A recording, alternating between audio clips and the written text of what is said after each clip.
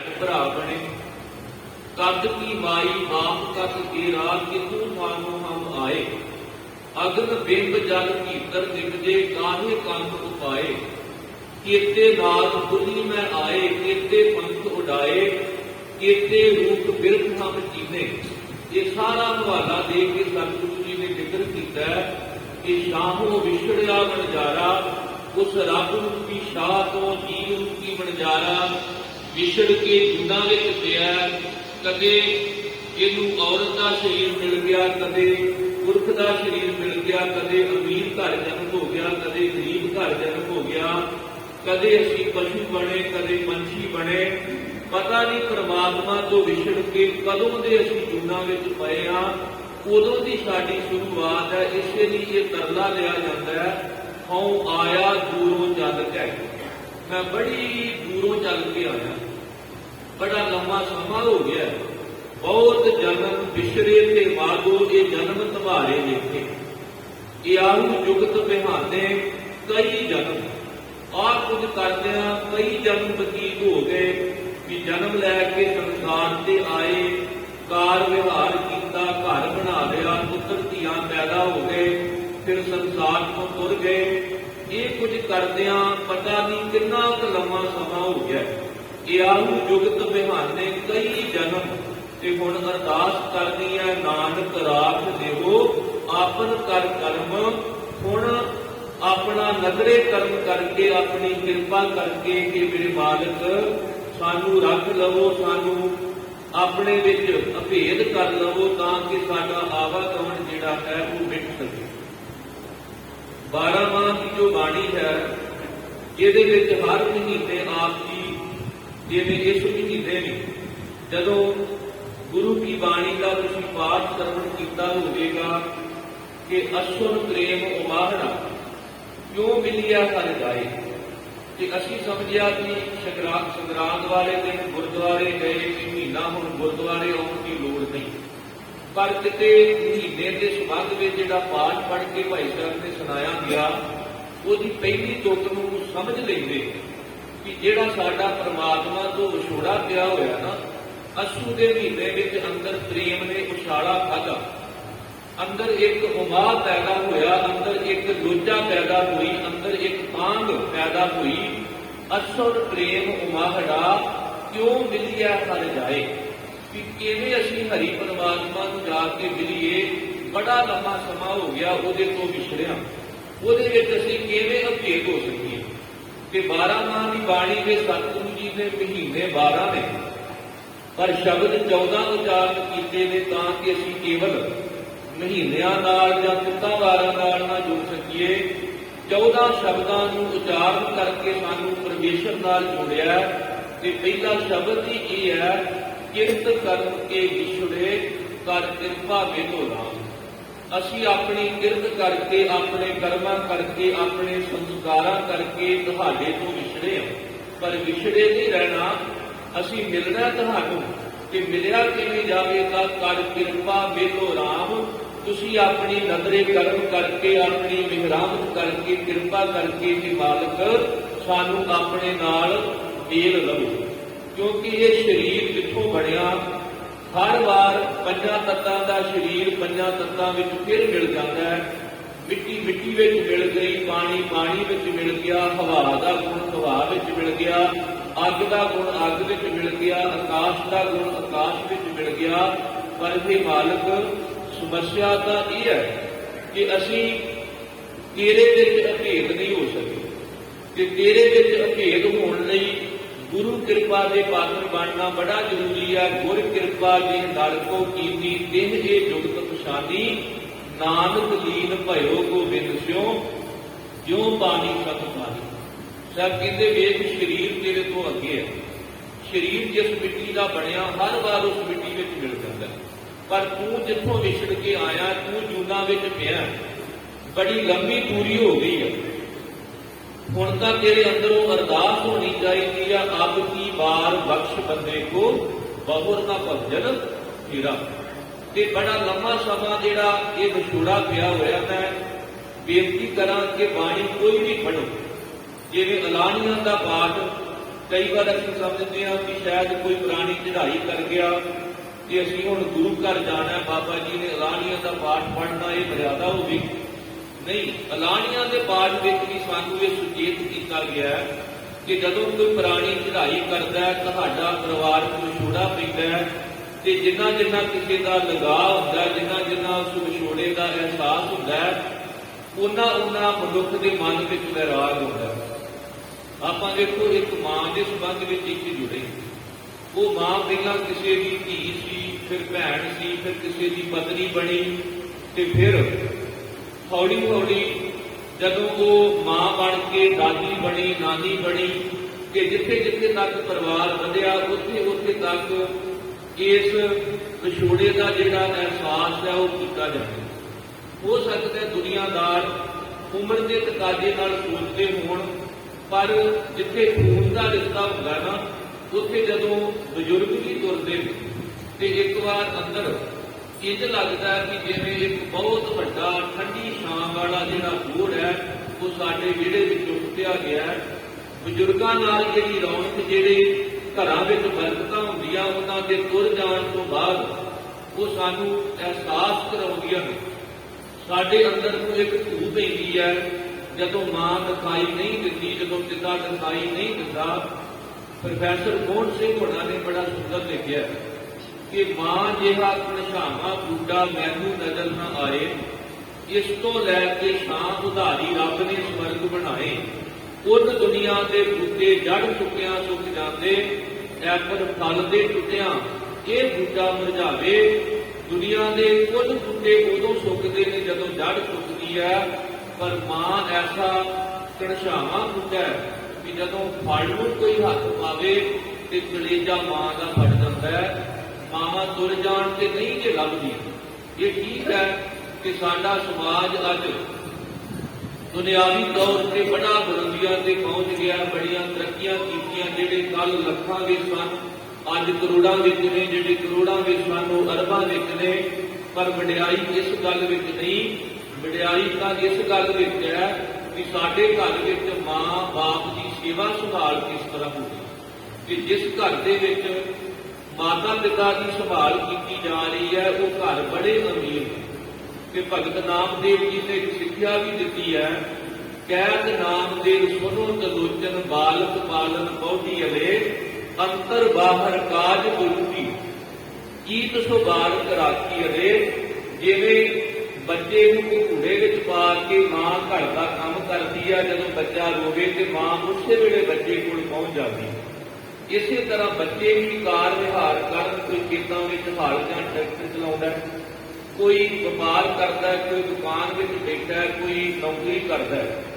ਜਿਵੇਂ ਮਾਂ ਘਰ ਦਾ ਕੰਮ ਕਾਜ ਕਰਦੀ, ਬੱਚੇ ਦਾ ਖਿਆਲ ਰੱਖਦੀ ਸੀ, ਬੱਚਿਆਂ ਦਾ ਵੀ ਫਰਜ਼ ਬਣਦਾ ਕਿ ਮਾਂ ਨੂੰ ਮਾੜੀ ਜਿਹੀ ਤਕਲੀਫ ਹੋਵੇ ਤੇ ਬੱਚਾ ਜਿੱਥੇ ਵੀ ਹੋਵੇ ਉੱਥੋਂ ਭੱਜਾ ਘਰ ਆਵੇ। ਜਿਵੇਂ ਬਾਪੂ ਖੇਤਾਂ ਵਿੱਚੋਂ ਹਲ ਚਲਾ ਕੇ ਘਰ ਆਉਂਦਾ ਸੀ ਤੇ ਘਰ ਦੇ ਵਿਹੜੇ ਵਿੱਚ ਅਸੀਂ ਰਿੜਦੇ ਫਿਰਦੇ ਸਾਂ, ਉਹ ਸਭ ਤੋਂ ਪਹਿਲਾਂ ਚੁੱਕ ਕੇ ਸਾਨੂੰ ਸੀਨੇ ਨਾਲ ਲਾਉਂਦਾ ਸੀ ਤੇ ਫਿਰ ਕਿਤੇ ਜਾ ਕੇ ਭੋਜਨ ਪਾਣੀ ਛਕਦਾ ਤੇ ਆਪਣਾ ਥਕਾਵਟ ਦੂਰ ਕਰਨ ਲਈ ਆਪਣੇ ਬਿਸਤਰੇ ਤੇ ਜਾ ਕੇ ਆਰਾਮ ਕਰਦਾ। ਬਸ ਜਿਵੇਂ ਮਾਤਾ ਪਿਤਾ ਦੇ ਕਾਰ ਵਿਹਾਰ ਕਰਦਿਆਂ ਸਾਡਾ ਖਿਆਲ ਰੱਖਿਆ, ਇਵੇਂ ਸਾਨੂੰ ਆਪਣੇ ਕੰਮ ਕਾਜ ਕਰਦਿਆਂ ਮਾਤਾ ਪਿਤਾ ਦਾ ਵੀ ਜਿਹੜਾ ਖਿਆਲ ਹੈ ਉਹ ਰੱਖਣਾ ਚਾਹੀਦਾ ਹੈ। ਜੇ ਕੋਈ ਨਹੁੰ ਆ ਕੇ ਕਵੇ ਕਿ ਤੂੰ ਆਪਣੀ ਮਾਂ ਨੂੰ ਛੱਡ ਕੇ ਕਹੋ ਕਿ ਪਹਿਲਾਂ ਤੂੰ ਆਪਣੇ ਮਾਤਾ ਪਿਤਾ ਨੂੰ ਛੱਡਣ ਦਾ ਇੱਥੇ ਸਿੱਖੀ, ਮੇਰੇ ਨਾਲ ਵਾਅਦਾ ਕਰ ਤੂੰ ਨਵੀਂ ਛੱਡਦਾ, ਨਹੀਂ ਛੱਡੇਗੀ ਉਹ। ਇਸੇ ਤਰ੍ਹਾਂ ਜੇ ਕੋਈ ਸੱਸ ਨਹੁੰ ਤੇ ਭਤੀਜੀ ਕਰ ਰਹੀ ਹੈ ਤੇ ਉਹਨੂੰ ਇਹ ਸਮਝਣਾ ਚਾਹੀਦਾ ਕਿ ਮੇਰੀ ਧੀ ਵੀ ਇੱਕ ਦਿਨ ਕਿਸੇ ਦੇ ਘਰ ਜਾ ਕੇ ਨਹੁੰ ਬਣਨੀ ਹੈ, ਸਾਡਾ ਸਮਾਜ ਸੁਧਰ ਸਕਦਾ ਹੈ। ਮੇਰੇ ਸਤਿਗੁਰੂ ਜੀ ਨੇ ਇੱਕ ਸਿੱਖਿਆ ਦਿੱਤੀ ਹੈ ਕਿ ਇਹ ਪੰਜਾਂ ਤੱਤਾਂ ਦਾ ਸਰੀਰ ਜਦੋਂ ਵਿਰਸਿਆ ਮਿੱਟੀ ਵਿੱਚ ਮਿਲਦਾ ਗਿਆ, ਪਰ ਅਸੀਂ ਆਤਮਿਕ ਤੌਰ ਤੇ ਜਿਸ ਮਾਲਕ ਤੋਂ ਵਿਛੜ ਕੇ ਜਗਤ ਵਿੱਚ ਆਏ ਹਾਂ ਉਹਦੇ ਵਿੱਚ ਅਸੀਂ ਅਭੇਦ ਨਹੀਂ ਹੋ ਸਕਦੇ। ਗੁਰੂ ਦੀ ਕਿਰਪਾ ਸਾਡੇ ਜੀਵਨ ਵਿੱਚ ਵਰਤੇਗੀ ਤੇ ਫਿਰ ਅਸੀਂ ਪਰਮਾਤਮਾ ਵਿੱਚ ਲੀਨ ਹੋ ਕੇ ਆਖਾਂਗੇ, ਬਹੁਰ ਹਮ ਕਾਹੇ ਆਵੇਂਗੇ, ਆਵਣ ਜਾਣਾ ਹੁਕਮ ਤਿਸੈ ਕਾ, ਹੁਕਮੈ ਬੁਝ ਸੁਭਾਵੈ। ਹੁਣ ਸਰੀਰ ਜਿਹੜਾ ਇਹਦੀ ਜਦੋਂ ਸਤਿਗੁਰਾਂ ਨੇ ਨਾਸਮਾਨਤਾ ਗੁਰਬਾਣੀ ਦੇ ਵਿੱਚ ਦਰਸਾਈ ਹੈ। ਕਿਉਂਕਿ ਆਤਮਾ ਬਾਰੇ ਕਿਹਾ, ਕਹੋ ਕਬੀਰ ਇਹ ਰਾਮ ਕੀ ਅੰਸ਼, ਜਸ ਕਾਗਜ ਪਰ ਮਿਟੈ ਨਾ ਵੰਸ਼। ਆਤਮਾ ਕਦੇ ਨਾਸ਼ ਨਹੀਂ ਹੁੰਦੀ, ਆਤਮਾ ਅਬਨਾਸ਼ੀ ਹੈ। ਔਰ ਇਹ ਵੀ ਅਟੱਲ ਸੱਚਾਈ ਹੈ ਕਿ ਸਰੀਰ ਗਰੀਬ ਅਮੀਰ ਦਾ ਹੋ ਸਕਦਾ ਹੈ, ਸਰੀਰ ਕਿਸੇ ਮੰਤਰੀ ਜਾਂ ਸੰਤਰੀ ਦਾ ਹੋ ਸਕਦਾ ਹੈ, ਸਰੀਰ ਕਿਸੇ ਔਰਤ ਜਾਂ ਮਰਦ ਦਾ ਹੋ ਸਕਦਾ ਹੈ, ਪਰ ਜਿਹੜੀ ਆਤਮਾ ਹੈ ਨਾ, ਆਤਮਾ ਦਾ ਸਟੇਟਸ ਇੱਕੋ ਜਿਹਾ ਹੀ। ਆਤਮਾ ਨਾ ਔਰਤ ਹੈ, ਨਾ ਮਰਦ ਹੈ, ਨਾ ਗਰੀਬ ਹੈ, ਨਾ ਅਮੀਰ ਹੈ, ਨਾ ਆਤਮਾ ਤੇ ਬਚਪਨ ਆਉਂਦਾ, ਨਾ ਬੁਢਾਪਾ ਆਉਂਦਾ। ਇਹ ਕੇਵਲ ਸਰੀਰ ਉੱਪਰ ਸਭ ਕੁਝ ਵਰਤਦਾ ਹੈ।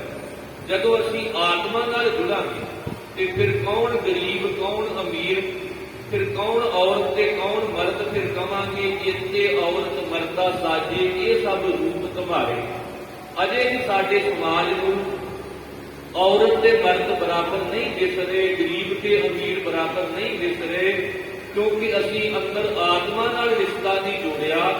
ਅਸੀਂ ਕੇਵਲ ਸਰੀਰਾਂ ਨਾਲ ਜੁੜ ਗਏ, ਜਾਂ ਜਾਤਾਂ ਨਾਲ ਜੁੜ ਗਏ, ਜਾਂ ਲਿੰਗ ਭੇਦ ਨਾਲ ਜੁੜ ਗਏ। ਪਰ ਸਤਿਗੁਰਾਂ ਸਿੱਖਿਆ ਦਿੱਤੀ ਸੀ, ਜਾਣੋ ਜੋਤ ਨਾ ਪੁੱਛੋ ਜਾਤੀ, ਆਗੇ ਜਾਤ ਨਾ ਇਹੀ ਜਾਤ ਨਾ ਆਗੇ ਜਾਏ। ਅੱਗੇ ਆਤਮਾ ਨੇ ਜਾਣਾ ਹੈ ਕਿ ਆਤਮਾ ਦਾ ਸਟੇਟਸ ਇੱਕੋ ਜਿਹਾ, ਜਿਵੇਂ ਵੱਖਰੇ ਵੱਖਰੇ ਮਕਾਨ ਵਿੱਚ ਇੱਕੋ ਸਟੇਟਸ ਦੇ ਆਫੀਸਰ ਰਹਿ ਰਹੇ ਹੋਣ। ਆਤਮਾ ਜਿਹੜੀ ਆ ਉਹ ਕਦੇ ਔਰਤ ਮਰਦ ਜਾਂ ਗਰੀਬ ਅਮੀਰ ਨਹੀਂ। ਇਸੇ ਲਈ ਗੁਰਬਾਣੀ ਵਿੱਚ ਦੋਵੇਂ ਸ਼ਬਦ ਵਰਤੇ ਨੇ। ਕਿਤੇ ਕਿਹਾ ਭਾਈ ਰੇ, ਹੁਣ ਜਿਹਨੂੰ ਭਾਈ ਕਿਹਾ ਉਹਨੂੰ ਆਪਾਂ ਭੈਣ ਨਹੀਂ ਨਾ ਕਹਿ ਸਕਦੇ, ਪਰ ਆਤਮਾ ਜਿਹੜੀ ਆ, ਆਤਮਾ ਪਰਮਾਤਮਾ ਵਾਂਗ ਹੈ। ਜਿਵੇਂ ਪਰਮਾਤਮਾ ਨੂੰ ਕਿਹਾ ਤੂੰ ਮੇਰਾ ਪਿਤਾ, ਤੂੰ ਹੈ ਮੇਰਾ ਮਾਤਾ। ਹੁਣ ਪਿਤਾ ਜਿਹੜਾ ਉਹ ਮਾਂ ਨਹੀਂ ਹੁੰਦਾ ਤੇ ਮਾਂ ਪਿਤਾ ਨਹੀਂ ਹੁੰਦੀ, ਪਰ ਪਰਮਾਤਮਾ ਪਿਤਾ ਵੀ ਹੈ ਤੇ ਪਰਮਾਤਮਾ ਮਾਤਾ ਵੀ, ਕਿਉਂਕਿ ਨਾ ਨਰ ਹੈ ਨਾ ਨਾਰ ਹੈ। ਦੁਨਿਆਵੀ ਤੌਰ ਤੇ ਅਸੀਂ ਇਸਤਰੀ ਪੁਰਸ਼ ਹੋ ਸਕਦੇ ਹਾਂ, ਪਰ ਪਰਮਾਤਮਾ ਔਰਤ ਪੁਰਸ਼ ਨਹੀਂ। ਇਸੇ ਤਰ੍ਹਾਂ ਉਹਦਾ ਰੂਪ ਸਾਡੇ ਅੰਦਰ ਜਿਹੜੀ ਆਤਮਾ ਹੈ ਉਹ ਵੀ ਔਰਤ ਪੁਰਸ਼ ਨਹੀਂ। ਉਸ ਆਤਮਾ ਨੂੰ ਸੁਬੋਧਨ ਹੋ ਕੇ ਕਿਹਾ ਪ੍ਰਾਣੀ ਤੂੰ ਆਇਆ ਰਾਹ ਲੈਣ। ਤੇ ਪ੍ਰਾਣੀ ਉਹ ਔਰਤ ਵੀ ਹੋ ਸਕਦੀ ਹੈ ਤੇ ਉਹ ਮਰਦ ਵੀ ਹੋ ਸਕਦਾ ਹੈ। ਜਦੋਂ ਸਤਿਗੁਰਾਂ ਸਿੱਖਿਆ ਦਿੱਤੀ ਹੈ ਆਵੋ ਭੈਣੇ, ਉੱਥੇ ਹੁਣ ਆਤਮਾ ਨੂੰ ਭੈਣ ਨਹੀਂ ਕਿਹਾ, ਕਹਿ ਫਰੀਦ ਸਹੇਲਿਓ। ਜਾਂ ਸਤਿਗੁਰੂ ਜੀ ਨੇ ਵੱਖਰੇ ਵੱਖਰੇ ਜਿਹੜੇ ਲਫ਼ਜ਼ ਵਰਤੇ, ਇਹਦਾ ਮਤਲਬ ਵੀ ਆਤਮਾ ਨੂੰ ਸੰਬੋਧਨ ਕਰਕੇ ਕਿਤੇ ਭਾਈ ਕਿਹਾ, ਕਿਤੇ ਭੈਣ ਕਿਹਾ, ਕਿਤੇ ਮਿੱਤਰ ਕਿਹਾ, ਕਿਤੇ ਸਹੇਲੀ ਕਿਹਾ, ਕਿਤੇ ਸਤਿਗੁਰਾਂ ਨੇ ਵੱਖਰੇ ਵੱਖਰੇ ਲਫ਼ਜ਼ ਵਰਤੇ ਨੇ ਤਾਂ ਕਿ ਸਾਨੂੰ ਸਮਝ ਆ ਸਕੇ ਕਿ ਆਤਮਾ ਪਰਮਾਤਮਾ ਦੀ ਅੰਸ਼ ਹੈ। ਦੁਨਿਆਵੀ ਤੌਰ ਤੇ ਜਦੋਂ ਕੋਈ ਕਿਸੇ ਖਾਨਦਾਨ ਵਿੱਚ, ਕਿਸੇ ਕੁਲ ਵਿੱਚ, ਕਿਸੇ ਅੰਸ਼ ਬੰਸ਼ ਦੇ ਜਨਮ ਲਵੇ ਤੇ ਵੇਖੋ ਕਿਤੇ ਫਖਰ ਨਾਲ ਕਹਿੰਦਾ ਕਿ ਮੇਰੀ ਫਲਾਣੀ ਅੰਸ਼ ਬੰਸ਼ ਹੈ। ਸੰਤ ਸਾਹਿਬ ਨੇ ਸਾਨੂੰ ਪਾਵਨ ਬਾਣੀ ਵਿੱਚ ਜਰਨਾ ਦਿੱਤਾ ਹੈ ਕਿ ਕਿਸੇ ਨੂੰ ਨਾਰਾਜ਼ ਹੋਣ ਦੀ ਲੋੜ ਨਹੀਂ। ਸਾਡੇ ਅੰਦਰ ਜਿਹੜੀ ਆਤਮਾ ਹੈ ਨਾ ਉਹ ਪਰਮਾਤਮਾ ਦੀ ਅੰਸ਼ ਹੈ ਤੇ ਆਪਾਂ ਸਾਰੇ ਪਰਮਾਤਮਾ ਦੀ ਅੰਸ਼ ਬੰਸ਼ ਹੈ। ਚਾਹੇ ਕੋਈ ਗਰੀਬ ਹੈ, ਕੋਈ ਅਮੀਰ ਹੈ, ਕੋਈ ਔਰਤ ਹੈ, ਕੋਈ ਮਰਦ ਹੈ, ਕੋਈ ਰਾਜਾ ਹੈ, ਚਾਹੇ ਕੋਈ ਕੰਗਾਲ ਹੈ। ਕਹੋ ਕਬੀਰ ਇਹ ਰਾਮ ਕੀ ਅੰਸ਼, ਕਿ ਸਾਡੀ ਆਤਮਾ ਪਰਮਾਤਮਾ ਦੀ ਅੰਸ਼ ਹੈ ਕਿ ਆਪਾਂ ਸਾਰੇ ਪਰਮਾਤਮਾ ਦੀ ਅੰਸ਼ ਬੰਸ਼। ਏਕ ਪਿਤਾ ਏਕ ਸੁਖੇ ਹਮ ਬਾਲਕ, ਤੂੰ ਮੇਰਾ ਗੁਰ ਭਾਈ।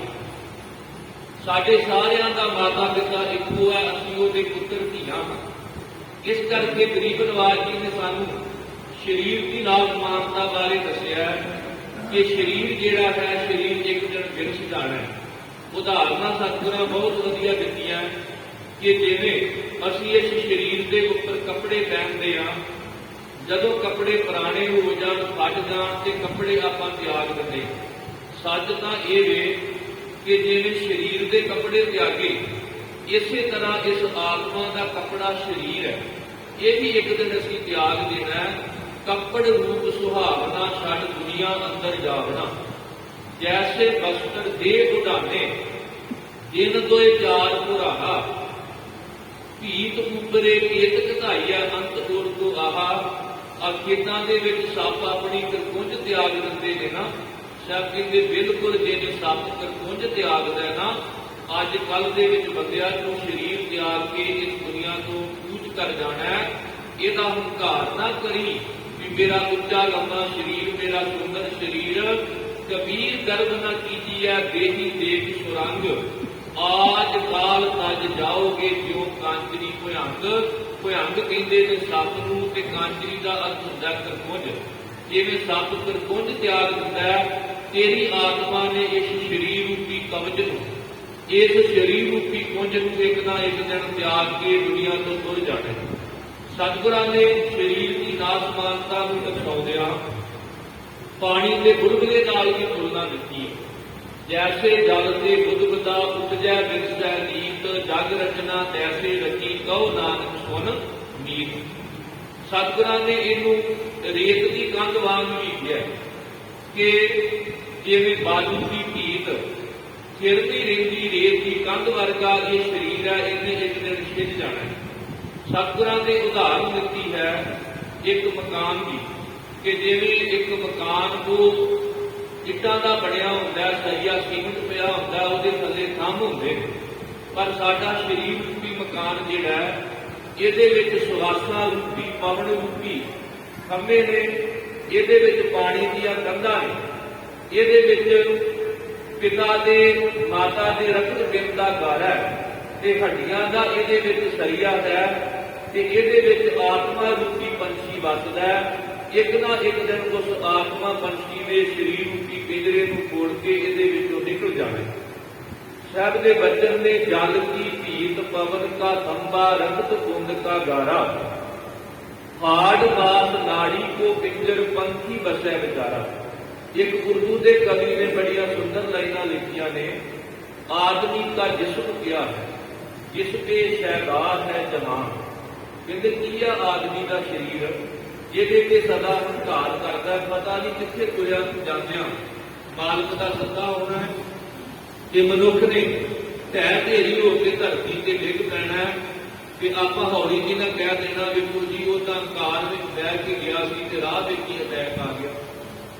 ਕਿਆ ਪਰਵਾਸਾ ਇਸ ਭਾਂਡੇ ਦਾ ਇਤਨਕ ਲਾਗੈ ਠਨਕਾ। ਇਹ ਤਾਂ ਉਸ ਭਾਂਡੇ ਵਾਂਗ ਹੈ ਕਿ ਮਾੜੀ ਜੀ ਠੋਕਰ ਲੱਗੀ ਤੇ ਇਹਨੇ ਟੁੱਟ ਜਾਣਾ।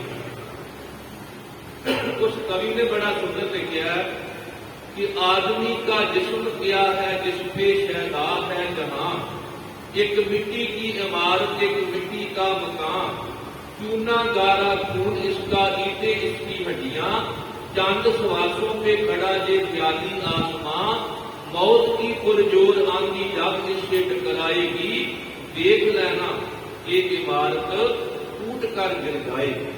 जिस जगह था चमका जलसा और खुसरू का महल, चंद कब्रों के सिवा अब तो कुछ भी नहीं, गूंजते थे दिन के डंकों से जमीनों आसमां, दौर खामोशी का मुंह न हां कुछ भी नहीं। अज उन्हां थावां ते कुछ भी दिखाई नहीं दिंदा जिथे कदे लोकां दे हुक्म रूपी डंके वजदे सन। भाव एक छिन दे विच ही मनुख जिहड़ा है इहदा शरीर गिर जांदा, बहुता समा नहीं लगदा, क्योंकि संयोग वियोग दोए कार चलावे लेखे आवे भाग, हरन भरन जागा नेत्र ठोर, तिसका मंत्र न जाने होर, एक घड़ी मैं खाक उठाते जल वंड देना भारी। एक घड़ी दे विच ही वो जगत नूं साह सकदा, एक घड़ी दे विच ही वो सुमेट लैंदा। जपजी साहिब विच बचन कहे कीता पसाओ एको गवाओ तिसते हुए लख सरिया। बस उन्हें इन्ना किया भी हो जा कि जगत सृष्टि साजी गई कि जदों वो अपने वाल खिंचदा ते सारा संसार जिहड़ा उहदे विच समेटिया जाता है। जब खुद कर्त करा करतारा, प्रजा धर तब दे अपारा, जाबिया कर्त करत हो कबू तुम मैं मिलद दे दर्शन। इसलिए गरीब नवाज ने एक सिक्ख्या दित्ती जान लगे हंकार कादे ते करना है, ऐसो ये संसार देखना रहन न तू पई है रे, सूते सूते रेग चलो तुम नगर को धक्का दवाई है। जदों तक जन्म तो लैके मौत तक का समा जीवन तेरे कोल है, सीधा हो के इस मार्ग से तुर। अपने जीवन विचों विंगापन टेढ़ापन वाल छल ये सारे कट गए, क्योंकि ਪਤਾ ਨਹੀਂ ਮੌਤ ਦਾ ਭੈੜਾ ਧੱਕਾ ਕਿਹੜੇ ਵੇਲੇ ਤੈਨੂੰ ਵੱਜ ਜਾਣਾ। ਜਿਵੇਂ ਗੁਰੂ ਨਾਨਕ ਸਾਹਿਬ ਨੇ ਜਦੋਂ ਦੂਸਰਾ ਜਾਦੂਗਰਨੀ ਕੋਲ ਗਏ ਤੇ ਸਤਿਗੁਰੂ ਜੀ ਉੱਥੇ ਪਹੁੰਚੇ ਤੇ ਦੂਸਰਾ ਜਾਦੂਗਰਨੀ ਜਾਦੂ ਟੂਣੇ ਕਰ ਰਹੀ ਸੀ ਤੇ ਗਰੀਬ ਨਵਾਜ ਨੇ ਇੱਕੋ ਹੀ ਬਚਨ ਕਿਹਾ ਕਿ ਆ ਮਨੁੱਖਾ ਜੀਵਨ ਪਰਮਾਤਮਾ ਦੀ ਬੰਦਗੀ ਕਰਨ ਵਾਸਤੇ ਮਿਲਿਆ ਕਿ ਤੂੰ ਜਾਦੂ ਟੂਣਿਆਂ ਵਾਲੇ ਪਾਸੇ ਲੱਗ ਕੇ ਇਹਨੂੰ ਵਿਅਰਥ ਗਵਾ ਰਹੇ ਆ। ਕੀ ਪਤਾ ਅਗਲਾ ਸਵਾਸ ਆਉਣਾ ਹੈ ਕਿ ਨਹੀਂ ਆਉਣਾ। ਹਮ ਆਦਮੀ ਹਾਂ ਇੱਕ ਗਮੀ ਬੋਲਤ ਬੋਲਤ ਨਾ ਜਾਣਾ। ਤੇ ਜੇ ਇਵੇਂ ਜਾਦੂ ਟੂਣੇ ਕਰਦੇ ਤੂੰ ਮਰ ਗਈ ਤੇ ਤੇਰੀ ਤੇ ਗਤੀ ਵੀ ਨਹੀਂ ਹੋਣੀ। ਉਸ ਵੇਲੇ ਦੂਸਰਾ ਜਾਦੂਗਰਨੀ ਨੇ ਤੋਬਾ ਕੀਤੀ ਸੀ ਕਿ ਅੱਜ ਤੋਂ ਬਾਅਦ ਜਾਦੂ ਟੂਣੇ ਛੱਡ ਕੇ ਮੈਂ ਪਰਮੇਸ਼ਰ ਦੀ ਬੰਦਗੀ ਕਰਾਂ। ਇਹ ਆ ਬਾਦਸ਼ਾਹ ਵੀ ਸਕਾ ਭਰਾ ਸਕੇ ਭਰਾ ਬਾਰੇ ਮਾੜਾ ਸੋਚੇ, ਅਸੀਂ ਦੂਸਰਿਆਂ ਦੀ ਕੋਈ ਮਾੜਾ ਸੋਚੀਏ, ਕਿਸੇ ਦੇ ਬਣਦੇ ਕੰਮ ਵਿੱਚ ਰੁਕਾਵਟ ਪਾਈਏ। ਸਾਹਿਬ ਕਹਿੰਦੇ ਆ ਜਿਹੜੇ ਬਾਦਸ਼ਾਹ ਨੇ ਆ ਜਿਹੜਾ ਵਿੰਗਾ ਟੇਢਾ ਬਣ ਨਾ ਇਹ ਛੱਡ ਕੇ ਸਿੱਧੇ ਹੋ ਕੇ ਤੁਰੋ। ਕੀ ਪਤਾ ਮੌਤ ਦਾ ਧੱਕਾ ਕਦੋਂ ਆ ਕੇ ਵੱਜਣਾ। ਸੂਤੇ ਸੂਤੇ ਏਕ ਚਲੋ ਤੁਮ ਨਦਰ ਕੋ ਧੱਕਾ ਦੋਈ ਹੈ ਰੇ। ਕੀ ਪਤਾ ਉਸ ਮਾਲਕ ਨੇ ਤੈਨੂੰ ਕਿਹੜੇ ਵੇਲੇ ਬੁਲਾਵਾ ਭੇਜ ਦੇਣਾ। ਇਸੇ ਕਰਕੇ ਗੁਰਬਾਣੀ ਅੰਦਰ ਇੱਕ ਸਰਲੇਖ ਸੱਦ ਵੀ ਹੈ ਜਿੱਥੇ ਬਾਣੀ ਵਿੱਚ 12 ਮਾਹ ਹੈ, 7 ਵਾਰ ਨੇ, ਸੁਖਮਨੀ ਸਾਹਿਬ ਹੈ। ਜਿੱਥੇ ਬਾਣੀ ਵਿੱਚ ਸਿੱਧ ਗੋਸ਼ਟ ਹੈ, ਰਾਮਕਲੀ ਦੱਖਣੀ, ਓਂਕਾਰ ਬਾਣੀ ਹੈ। ਉੱਥੇ ਗੁਰਬਾਣੀ ਦੇ ਵਿੱਚ ਸਰਲੇਖ ਘੋੜੀਆਂ, ਲਾਵਾਂ, ਆਨੰਦ ਤੇ ਗਰੀਬ ਨਵਾਜ ਜੀ ਨੇ ਇੱਕ ਸਰਲੇਖ ਰੱਖਿਆ ਸੱਤ। ਸੱਤ ਦਾ ਮਤਲਬ ਹੈ ਸੱਦਾ। ਉਹ ਸੱਦਾ ਜਿਹੜਾ 95 ਸਾਲ ਦੀ ਉਮਰ ਵਿੱਚ ਗੁਰੂ ਅਮਰਦਾਸ ਜੀ ਮਹਾਰਾਜ ਨੂੰ ਆਇਆ। ਕਿਉਂਕਿ ਗੁਰੂ ਜੋਤ ਦਾ ਇਤਿਹਾਸ ਦੇਖੀਏ ਤੇ ਸਤਿਗੁਰੂ ਗੁਰੂ ਹਰਿਕ੍ਰਿਸ਼ਨ ਮਹਾਰਾਜ ਜੀ ਨੂੰ 8 ਸਾਲ ਦੀ ਉਮਰ ਵਿੱਚ ਸੱਦਾ ਆਉਂਦਾ ਹੈ ਤੇ ਗਰੀਬ ਨਵਾਜ ਸਰੀਰ ਤਿਆਗ ਕੇ ਜੋਤ ਨੂੰ ਗੁਰੂ ਤੇਗ ਬਹਾਦਰ ਸਾਹਿਬ ਵਿੱਚ ਵਿਰਾਜਮਾਨ ਕਰਕੇ ਆਪ ਜੋਤੀ ਜੋਤ ਸਮਾ ਗਏ। ਦੱਸ ਦਿੱਤਾ ਵੀ ਜੇ 8 ਸਾਲ ਦੀ ਉਮਰ ਵਿੱਚ ਵੀ ਸੱਦਾ ਆਇਆ ਤੇ ਉਸ ਸੱਦੇ ਨੂੰ ਮੋੜਿਆ ਨਹੀਂ ਜਾ ਸਕਦਾ। ਤੇ ਜੇ ਇਹੀ ਸੱਦਾ 95 ਸਾਲ ਦੀ ਉਮਰ ਵਿੱਚ ਗੁਰੂ ਅਮਰਦਾਸ ਜੀ ਨੂੰ ਆਇਆ, ਕਿਉਂਕਿ ਗੋਇੰਦਵਾਲ ਸਾਹਿਬ ਜੋਤੀ ਜੋਤ ਸਮਾਉਣ ਦਾ ਪੁਰਬ ਜਿਹੜਾ ਉਹ ਮਨਾਇਆ ਗਿਆ। 95 ਸਾਲ ਦੀ ਉਮਰ ਸੀ ਗੁਰੂ ਅਮਰਦਾਸ ਜੀ ਦੀ ਤੇ ਸਤਿਗੁਰਾਂ ਨੇ ਆਪਣੇ ਪਰਿਵਾਰ ਨੂੰ, ਪੁੱਤਰਾਂ ਨੂੰ, ਧੀਆਂ ਨੂੰ, ਸਿੱਖਾਂ ਨੂੰ ਕੋਲ ਬੁਲਾ ਕੇ ਗਰੀਬ ਨਵਾਜ ਜੀ ਨੇ ਉਪਦੇਸ਼ ਬਖਸ਼ਿਸ਼ ਕੀਤਾ। ਸਾਹਿਬ ਕਹਿਣ ਲੱਗੇ ਤੁਸੀਂ ਸਿੱਖ ਸੁਣੋ ਪੁੱਤ ਭਾਈਓ ਮੇਰਾ ਹਰ ਭਾਣਾ। ਕਹਿੰਦੇ ਇਹ ਮੇਰੇ ਸਿੱਖੋ, ਇਹ ਮੇਰੇ ਪੁੱਤੋ, ਇਹ ਮੇਰੇ ਭਰਾਵੋ, ਇਹ ਮੇਰੀ ਧੀਓ, ਮੇਰੇ ਮਾਲਕ ਦਾ ਭਾਣਾ, ਮੇਰੇ ਮਾਲਕ ਦਾ ਹੁਕਮ ਆ ਗਿਆ ਕਿ ਇਹ ਅਮਰਦਾਸ ਤੂੰ ਹੁਣ ਇਸ ਜਗਤ ਵਿੱਚ ਆਇਆ ਨੂੰ 95 ਸਾਲ ਹੋ ਗਏ ਨੇ, ਹੁਣ ਤੂੰ ਮੇਰੇ ਕੋਲ ਆ। ਤੇ ਸਾਹਿਬ ਕਹਿੰਦੇ ਤੁਸੀਂ ਵਿਚਾਰ ਦੇਖੋ ਪੁੱਤ ਭਾਈ, ਤੁਸੀਂ ਇਸ ਗੱਲ ਦੀ ਵਿਚਾਰ ਕਰਕੇ ਦੇਖੋ ਕਿ ਧੁਰ ਲਿਖਿਆ ਪਰਵਾਣਾ ਫਿਰੈ ਨਾਹੀ। ਜਿਹੜਾ ਧੁਰੋਂ ਪਰਵਾਣਾ ਆ ਗਿਆ, ਜਿਹੜਾ ਧੁਰੋਂ ਚਿੱਠੀ ਆ ਗਈ, ਜਿਹੜਾ ਲਿਖਤੀ ਸੱਦਾ ਆ ਗਿਆ, ਉਹਨੂੰ ਆਪਾਂ ਮੋੜ ਨਹੀਂ ਸਕਦੇ। ਇਹ ਦੁਨਿਆਵੀ ਅਦਾਲਤ ਦਾ ਸੱਦਾ ਨਹੀਂ ਹੈ ਵੀ ਬੰਦਾ ਜਿਹਨੇ ਸੰਮਣ ਲੈ ਕੇ ਆਉਣਾ ਉਸ ਸੰਮਣ ਲੈ ਕੇ ਆਉਣ ਵਾਲੇ ਨੂੰ ਟਾਲ ਦਵੇ, ਮੋੜ ਦਵੇ ਕਿ ਤੂੰ ਫਿਰ 10 ਦਿਨਾਂ ਨੂੰ, ਮਹੀਨੇ ਨੂੰ ਫਿਰ ਆ ਗਈ। ਉਹ ਸੱਦੇ ਨੂੰ ਨਹੀਂ ਜੇ ਮੋੜਿਆ ਜਾ ਸਕਦਾ। ਉਹ ਸੱਦਾ ਇਸ ਤਰ੍ਹਾਂ ਦਾ ਹੈ ਕਿ ਲਿਖਿਆ ਆਇਆ ਗੋਬਿੰਦ ਕਾ ਵਣਜਾਰਿਆ ਮਿੱਤਰਾ ਕੁਝ ਚੱਲੇ ਕਮਾਣਾ ਸਾਥ। ਇੱਕ ਰੱਤੀ ਬਿਲਬ ਨਾ ਦੇਵਨੀ ਵਣਜਾਰਿਆ ਮਿੱਤਰਾ ਉਹਨੇ ਤਕੜੇ ਪਾਏ ਹਾਥ। ਤੇ ਸਾਹਿਬ ਨੇ ਰਾਮਕਲੀ ਸੱਦ ਬਾਣੀ ਵਿੱਚ ਅੰਕਿਤ ਕਰਵਾਈ ਕਿ ਸਾਨੂੰ ਜਿੱਥੇ ਘੋੜੀਆਂ ਚੇਤੇ ਰਹਿਣ, ਜਿੱਥੇ ਲਾਵਾਂ ਚੇਤੇ ਰਹਿਣ, ਜਿੱਥੇ ਸਾਨੂੰ ਹੋਰ ਬਾਣੀਆਂ ਦੇ ਸਰਲੇਖ ਚੇਤੇ ਰਹਿਣ, ਉਦੋਂ ਗੁਰੂ ਗ੍ਰੰਥ ਸਾਹਿਬ ਜੀ ਨੂੰ ਮੱਥਾ ਟੇਕਣ ਵਾਲਿਆਂ ਨੂੰ, ਪਰਿਕਰਮਾ ਕਰਨ ਵਾਲਿਆਂ ਨੂੰ, ਸਹਿਜ ਪਾਠ ਜਾਂ ਅਖੰਡ ਪਾਠ ਸਾਹਿਬ ਕਰਨ ਵਾਲਿਆਂ ਨੂੰ ਇਹ ਵੀ ਚੇਤਾ ਰਹੇ ਕਿ ਰਾਮਕਲੀ ਸੱਦ ਇੱਕ ਦਿਨ ਸੱਦਾ ਵੀ ਹੋਇਆ। ਉਹ ਸੱਦਾ ਜਿਹਦਾ ਜ਼ਿਕਰ 16 ਸਾਹਿਬ ਵਿੱਚ ਵੀ ਕੀਤਾ। ਨਿਤਨੇਮ ਦੀਆਂ ਬਾਣੀਆਂ ਦੀ ਤਰਤੀਬ ਸਤਿਗੁਰਾਂ ਦੇ ਇਸ ਢੰਗ ਨਾਲ ਬਣਾਈ ਹੈ। ਜਿਵੇਂ ਡਾਕਟਰ ਇਹ ਦੱਸਦਾ ਕਿ ਆਹ ਮੈਡੀਸਨ ਤੁਸੀਂ ਖਾਲੀ ਪੇਟ ਲੈਣੀ ਹੈ, ਆਹ ਦੁਪਹਿਰ ਸਮੇਂ, ਆਹ ਸ਼ਾਮ ਨੂੰ ਤੇ ਆਹ ਸੌਣ ਵੇਲੇ। ਇਸੇ ਤਰ੍ਹਾਂ ਵੇਖੋ ਸਤਿਗੁਰਾਂ ਨੇ ਸਾਨੂੰ ਅੰਮ੍ਰਿਤ ਵੇਲੇ ਦੀਆਂ ਬਾਣੀਆਂ ਜਿਹੜੀਆਂ ਅਸੀਂ ਬਿਲਕੁਲ ਖਾਲੀ ਪੇਟ ਉਹਦੇ ਸਿਮਰਨ ਵਿੱਚ, ਉਹਦੇ ਜਪ ਵਿੱਚ ਜੁੜਦੇ। ਜੇ ਦੁਪਹਿਰੇ ਸਮਾਂ ਲੱਗੇ कि सुखमनी साहब का पाठ, किसी होर बाणी का पाठ, सहज पाठ आप कर सकते हैं।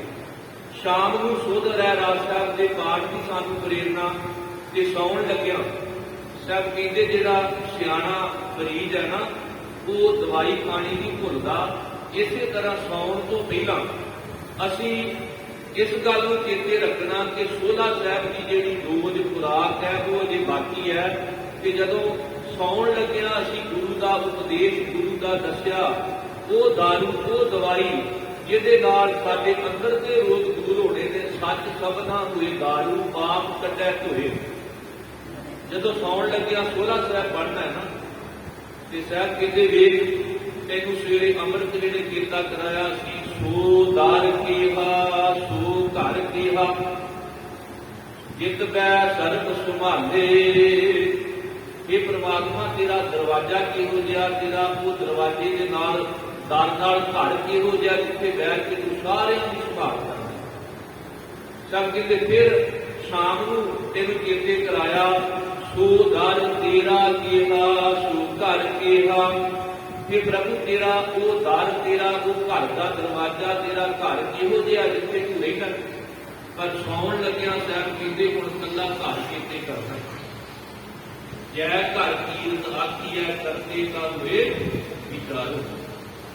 सौण लग्या सानू सतगुरां चेते कराया कि संबत साहा लिखिया मिलकर पावो तेल, बेहो सजन असीसड़िया जो हुए सहन स्यो मेल।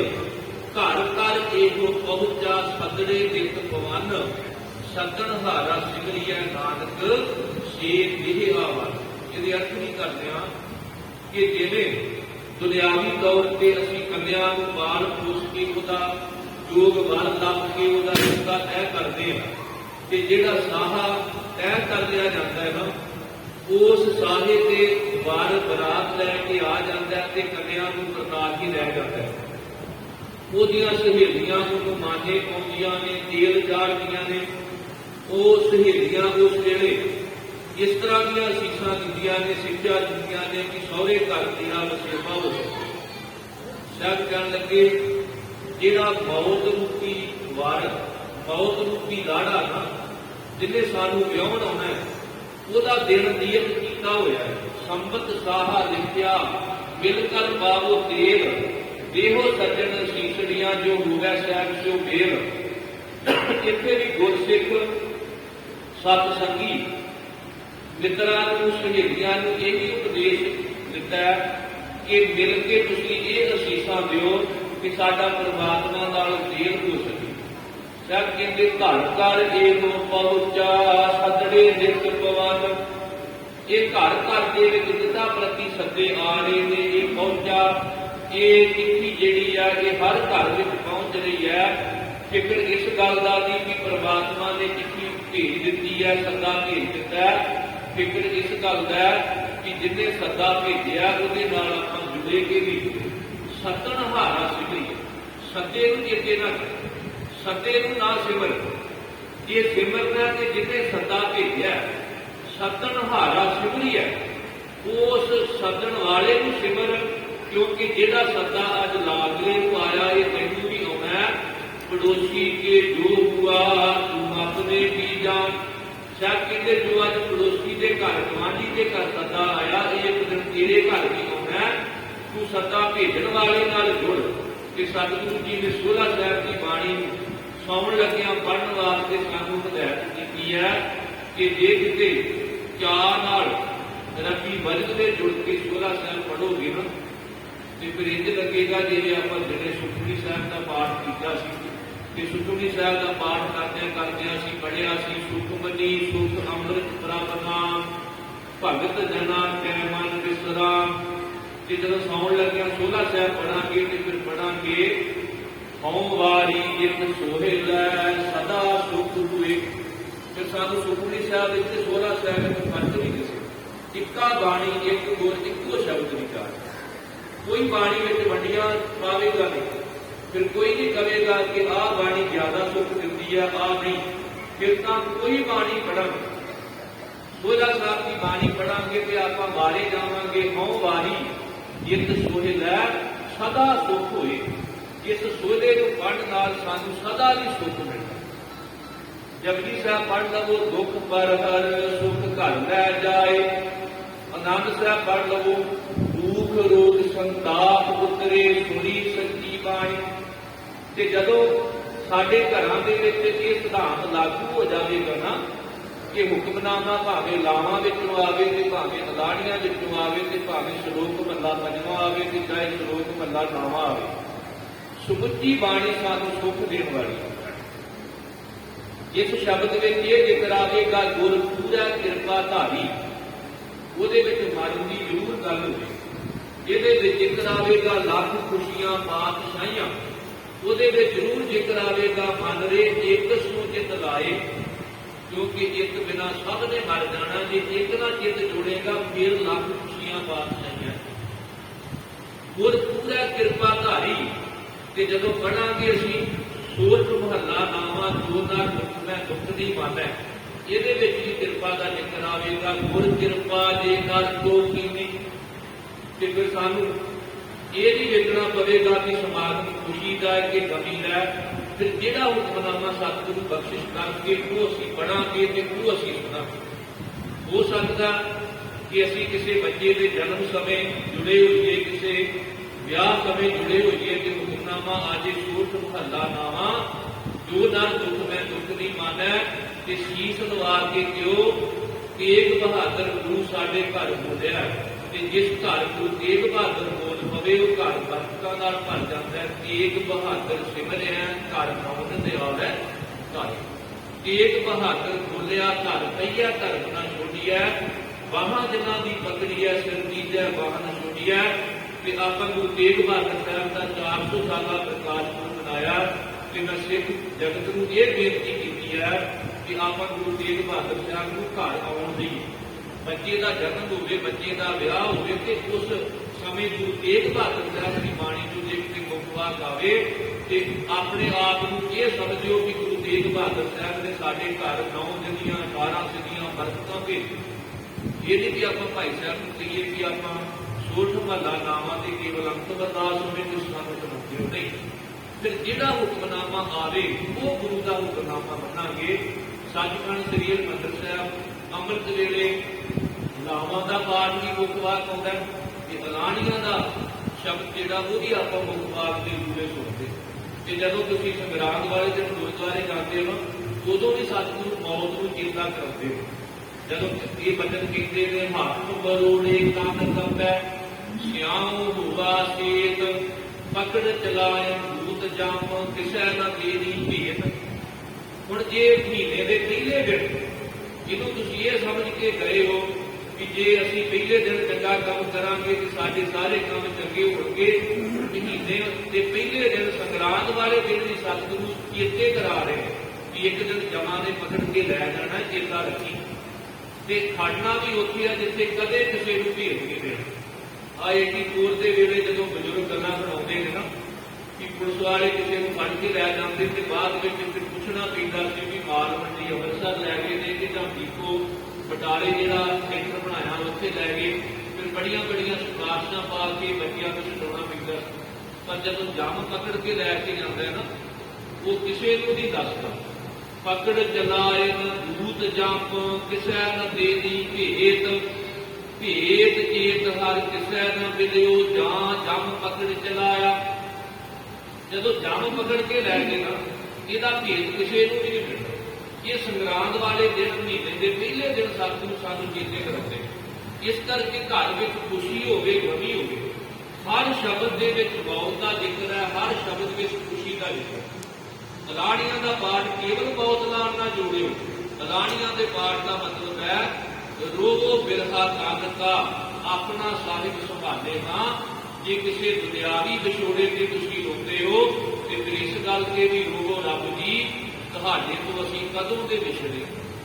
ਜੇ ਮਾਂ ਦਾ ਵਿਛੋੜਾ ਪਿਆ ਤੇ ਅਸੀਂ ਰੋਏ, ਪਿਤਾ ਦਾ ਵਿਛੋੜਾ ਪਿਆ ਤੇ ਅਸੀਂ ਰੋਏ, ਭੈਣ ਭਰਾਵਾਂ ਪੁੱਤਰਾਂ ਧੀਆਂ ਵਿੱਚੋਂ ਕਿਸੇ ਦਾ ਵਿਛੋੜਾ ਪਿਆ ਤੇ ਅਸੀਂ ਰੋਏ। ਤੇ ਸਾਹਿਬ ਕਹਿੰਦੇ ਜੇ ਵਿਛੋੜੇ ਤੇ ਰੋਣਾ ਨਾ ਤੇ ਫਿਰ ਅਲਾਣੀਆਂ ਦਾ ਪਾਠ ਇੱਕ ਸਿੱਖਿਆ ਦਿੰਦਾ ਕਿ ਸਭ ਤੋਂ ਵੱਡਾ ਤੇ ਸਭ ਤੋਂ ਲੰਮਾ ਵਿਛੋੜਾ ਤੇ ਰੱਬ ਤੋਂ ਪਿਆ ਹੋਵੇ। ਬਹੁਤ ਜਨਮ ਵਿਛੜੇ ਤੇ ਵੱਧ।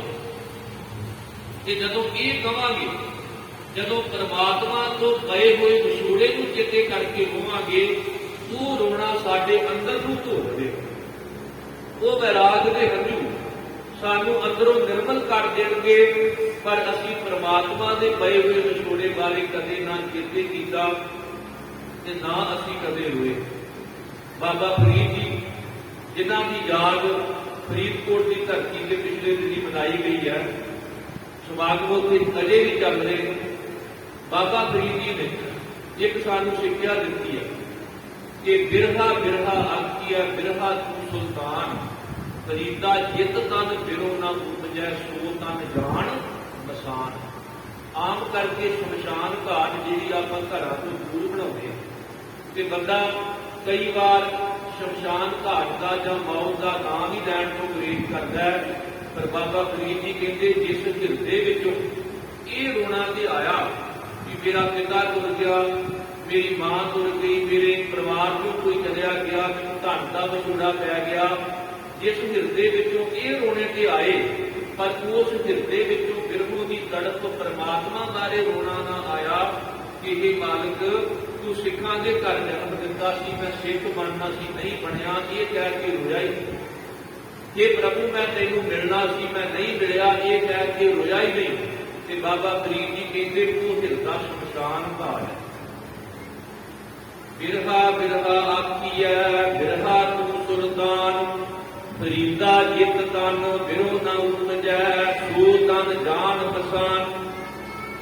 ਹੁਣ ਜਦੋਂ ਉਹ ਹਿਰਦੇ ਮਸਾਨ ਨੇ, ਤੇ ਸੱਚਮੁੱਚ ਮਸਾਣਾ ਦਾ ਮਤਲਬ ਹੈ ਕਿ ਕਬਰਾਂ ਜਿਹੜੀਆਂ ਨੇ, ਬਾਬਾ ਫਰੀਦ ਜੀ ਇਸਲਾਮਿਕ ਬੋਲੀ ਦੇ ਚਿੰਨ੍ਹ ਵਰਤੇ ਨੇ, ਪਰ ਇੱਥੇ ਕਬਰ ਜਾਂ ਗੋਰ ਨਹੀਂ ਵਰਤਿਆ, ਇੱਥੇ ਮਸਾਨ ਸ਼ਬਦ ਵਰਤਿਆ। ਉਹ ਮਸਾਨ ਜਿੱਥੇ ਇੱਕੋ ਸਮੇਂ ਮੁੱਖ ਕੀਤਾ ਜਾਂਦਾ ਹੈ, ਉਹ ਮਸਾਣਾ ਕਦੇ ਠੰਡੀਆਂ ਨਹੀਂ ਹੁੰਦੀਆਂ। ਇੱਕ ਮੁਰਦੇ ਤੋਂ ਬਾਅਦ ਦੂਜੇ ਮੁਰਦੇ ਦਾ ਸੰਸਕਾਰ ਕੀਤਾ ਜਾਂਦਾ ਹੈ। ਪਹਿਲੀ ਰਾਤ ਜਿਹੜੀ ਆ ਉਹ ਸਮੇਟ ਕੇ ਪਰੇ ਕਰ ਦਿੱਤੀ ਜਾਂਦੀ ਆ, ਉਹ ਤਪਦਾ ਰਹਿੰਦਾ ਹੈ। ਤੇ ਬਾਬਾ ਫਰੀਦ ਜੀ ਨੇ ਜ਼ਿਕਰ ਕੀਤਾ ਕਿ ਜਿਹੜੇ ਬੰਦੇ ਦੁਨਿਆਵੀ ਵਿਛੋੜਿਆਂ ਤੇ ਰੋਂਦੇ ਨੇ, ਮੇਰਾ ਧਨ ਚਲਿਆ ਗਿਆ ਤੇ ਮੈਂ ਰੋ ਪਵਾਂ, ਮੇਰੇ ਪਰਿਵਾਰ ਦਾ ਕੋਈ ਜੀ ਚਲਿਆ ਗਿਆ ਤੇ ਮੈਂ ਰੋ ਪਵਾਂ, ਆਹ ਤਾਂ ਰੋਂਦੇ ਨੇ, ਪਰ ਇਸ ਗੱਲ ਤੇ ਨਹੀਂ ਰੋਂਦੇ ਕਿ ਸਾਨੂੰ ਪਰਮਾਤਮਾ ਦਾ ਵਿਛੋੜਾ ਪਿਆ। ਸਾਹਿਬ ਕਹਿੰਦੇ, ਉਹ ਹਿਰਦੇ ਇਵੇਂ ਤਪਦੇ ਨੇ ਜਿਵੇਂ ਸ਼ਮਸ਼ਾਨ ਘਾਟ ਤਪ ਰਹੀ, ਜਿੱਥੇ ਸੰਸਕਾਰ ਕੀਤੇ ਜਾਂਦੇ ਨੇ। ਜਿਤ ਤਨ ਬਿਰੋ ਨਾ ਉਪਜੈ ਸੋ ਤਨ ਜਾਣ ਮਸਾਨ। ਹੁਣ ਵਿਛੋੜਾ ਦੁਨੀਆਦਾਰਾਂ ਨੂੰ ਵੀ ਆ, ਤੇ ਵਿਛੋੜੇ ਦੀ ਗੱਲ ਭਗਤਾਂ ਨੇ ਵੀ ਕੀਤੀ ਹੈ, ਪਰ ਉਹਨਾਂ ਦਾ ਵਿਛੋੜਾ ਜਿਹੜਾ ਨਾ, ਉਹਦੇ ਅੰਦਰ ਇੱਕ ਮਨਾਪ ਦੀ ਤਾਂਘ ਹੈ, ਉੱਥੇ ਬਿਰਹੋਂ ਦੀ ਮਾਨੋ ਇੱਕ ਅੰਦਰ ਲੋਚਾ ਹੈ, ਪਰ ਜਿਹੜਾ ਮਨਮੁਖ ਮਨੁੱਖ ਹੈ, ਉਹਦੇ ਅੰਦਰ ਬਿਰਹੋਂ ਦੀ ਉਸ ਪ੍ਰਭੂ ਦੇ ਮਨਾਪ ਦੀ ਤਾਂਘ ਦੀ ਜਿਹੜੀ ਅਣਹੋਂਦ ਹੈ, ਦੋਵਾਂ ਵਿੱਚ ਫਰਕ ਇਹ ਹੈ। ਇਸ ਲਈ ਸਤਿਗੁਰੂ ਸਾਨੂੰ ਸਿੱਖਿਆ ਦਿੰਦੇ ਨੇ ਕਿ ਬਾਰੇ ਟੁੱਟੇ ਕਰਨੇ ਭਈਆ ਸਭ ਨੂੰ ਜੰਮ ਲੈ ਗਈ ਹੈ ਰੇ, ਮਾਨਸ ਬੱਕਰਾ ਮੂਸਾ ਕੀਨੋ ਮੀਤ ਕਲਈਆ ਗਈ ਹੈ ਰੇ। ਬਾਰੇ ਦਾ ਅਰਥ ਬਾਲਕ, ਕਰਨੇ ਦਾ ਅਰਥ ਜੰਗ, ਤੇ ਬੁੱਢੇ ਦਾ ਅਰਥ ਬਜ਼ੁਰਗ। ਭਾਵੇਂ ਕੋਈ ਬਾਲਕ ਹੋਵੇ, ਨੌਜਵਾਨ ਹੋਵੇ, ਬਜ਼ੁਰਗ ਹੋਵੇ, ਜਦੋਂ ਮੌਤ ਦਾ ਸੱਦਾ ਆਇਆ ਤੇ ਹਰ ਇੱਕ ਨੂੰ ਜਮਦੂਤ ਨੇ ਦੁਨੀਆ ਤੋਂ ਲੈ ਕੇ ਚਲੇ ਜਾਣਾ ਹੈ। ਸਾਹਿਬ ਕਹਿਣ ਲੱਗੇ, ਮਨੁੱਖ ਦੀ ਹਾਲਤ ਜੰਗ ਰੂਪੀ ਬਿੱਲੇ ਅੱਗੇ ਇਸ ਤਰ੍ਹਾਂ ਦੀ ਹੈ ਜਿਵੇਂ ਚੂਹਾ ਹੋਵੇ। ਜਦੋਂ ਬਿੱਲਾ ਕਿਸੇ ਚੂਹੇ ਨੂੰ ਪਕੜਨਾ ਚਾਹੁੰਦਾ ਨਾ, ਤੇ ਵੇਖੋ ਇੱਕ ਖਿੰਨ ਦੇ ਵਿੱਚ ਹੀ ਉਹਦਾ ਸ਼ਿਕਾਰ ਕਰ ਲੈਂਦਾ। ਸਾਡੀ ਹਾਲਤ ਇਸ ਤਰ੍ਹਾਂ ਦੀ ਹੈ, ਦਿਨ ਦੇ ਪਹਿਰ ਦੇ ਘੜੀਆਂ ਆਪ ਘਟਿਆ ਕੰਨ ਸੀਜੈ, ਕਾਦ ਅੰਧੇਰੀ ਫਿਰਿਆ ਬਦਕ ਜਿਉ, ਕਹੋ ਕਵਨ ਬਿਦ ਕੀਜੈ। ਸਾਹਿਬ ਕਹਿੰਦੇ, ਬਿਲਕੁਲ ਜੰਗ ਰੂਪੀ ਬਿੱਲਾ ਮੂੰਹ ਖੋਲ ਕੇ ਸਾਡੇ ਮਗਰ ਲੱਗਾ ਹੋਇਆ। ਉਹ ਇਸੇ ਤੱਕ ਵਿੱਚ ਹੈ ਕਿ ਕਦੋਂ ਸਮਾਂ ਸਤਾਨ ਦੇ ਕਾਰਨ ਜੁੜਨ ਤੇ ਮੈਂ ਇਸ ਮਨੁੱਖ ਨੂੰ ਆਪਣਾ ਸ਼ਿਕਾਰ ਬਣਾ। ਸਾਡੀ ਹਾਲਤ ਹੈ ਮਾਨਸ ਬੱਕਰਾ ਗੁੱਸਾ ਕੀ, ਗੁੱਸਾ ਕਹਿੰਦੇ ਨੇ ਚੂਹੇ, ਮਨੁੱਖ ਚੂਹੇ ਦੀ ਤਰ੍ਹਾਂ ਤੇ ਜੰਮ ਜਿਹੜਾ ਉਹ ਬਿੱਲੇ ਦੀ ਤਰ੍ਹਾਂ। ਮਾਨਸ ਬੱਕਰਾ ਗੁੱਸਾ ਕੀਨੋ ਬੀਜ ਬਲਈਆ ਕਈ ਹੈ ਰੇ। ਸਾਹਿਬ ਕਹਿੰਦੇ, ਬਹੁਤ ਇਹ ਨਹੀਂ ਵੇਖਦੀ ਸਾਹਮਣੇ ਧਨਵਾਨ ਹੈ, ਗਰੀਬ ਹੈ। ਧਨਵੰਤਾ ਅਰ ਨਿਰਤਨ ਮਨਈ, ਤਾਂਕੀ ਕਛੂ ਨ ਕਾਨੀ ਰੇ। ਰਾਜਾ ਪਰਜਾ ਸਮ ਕਰ ਮਾਰੇ, ਐਸੋ ਕਾਲ ਬੜਾ एडा महाबली काल है कि ये सामने राजा आ गया, ये सामने गरीब आ गया, ये कभी किसी नाल रियाज नहीं करता। सब कहते राजे महाराजे तो एक पासे रहे, जे कोई बंदा कभी मैं मौत तो बचने लई मात लोग छड्ड के इंद्रपुरी नूं भज जावां, मैं शेरपुरी नूं भज जावां, मैं ब्रह्मपुरी वाल चलिया जावां, सब कहते उत्थे भी नहीं बच सकता, क्योंकि इंद्रपुरी में सरपर मरना, सरपर का मतलब है डेथ ही डेट, पक्का ही कि फिजिकल डेथ जिहड़ी है ये डेथ ही डेट है, ये कोई बदलाव नहीं। इंद्रपुरी में सरपर मरना, ब्रह्मपुरी निर्जल नहीं रहना, शिवपुरी का होएगा काला, त्रै गुण माया बिरसत काला। सब कहते जिथे भी मनुख चलिया जाए मौत उत्थे आप की ग्रस्त नहीं। आ दुनियावी तौर पर कई बार बंदा अपना बाहूबल चार भरावां की बावां की शक्ति के मान करता है, बड़े बड़े बड़े सुरक्षा के दरवाजे लाता है, पर जब मौत आती है ना सारिया बावां भज दिंदी है, सारे दरवाजे तोड़ दिंदी है, सारे हीरे वसीले मुक जाते हैं। मलकल मौत जां आपसी सब दरवाजे बन, उत्थे कोई सुरक्षा का दरवाजा टिकिया नहीं रहिंदा, कोई साडा हीला वसीला उत्थे काम नहीं कर सकता, क्योंकि जिसकी पुजै औत तिसै कौन राखई, जिहदे उम्र के दिन पुग गए उन्होंने दुनिया की कोई ताकत जी है वो बचा नहीं सकती। ते जदों तक मालक ने रखना है उदों तक भावें मौत की विचारधारा 12 साल की उम्र में ही कोई सोच रहा हो। जदों गुरु नानक साहब जी रमदास की धरती के इर्द गिर्द विचर रहे सन, ते उस इलाके में ही बालक बूढ़ा जिहड़ा मझां चार रहा सी, जदों गुरु नानक साहब जी को दुध छकाया, क्योंकि करतारपुर साहब के कोलों इधर आना जाना सी, बार्डर तो 1947 तो बाद बने, कि जदों सतगुरु जी नाल मिलाप होया ते बालक बूढ़े ने दुध छकाया ते सतगुरु जी ने सिक्ख्या दी, ते बालक बूढ़े ने एक सतगुरु जी नूं अपनी बेनती की, पातशाह मौत तो बड़ा डर लगता है, मैं वेख रहा था मेरी माता जदों रोटी पका रही थी, वड्डियां ते छोटियां दोवां लकड़ां नूं अग लगी, पर वड्डियां लकड़ां नालों छोटियां लकड़ां छेती सड़ के खत्म हो गई। जे हाकम आए ते उन्होंने अपने घोड़ियां लई फसलां कच्चियां भी वढ लईआं, पक्कियां भी वढ लईआं, मौत का डर किवें दूर होवे। ते साहब ने कहा कि जदों पहला मरण कपूर जीवन की आस, फिर मौत का डर खत्म होता है।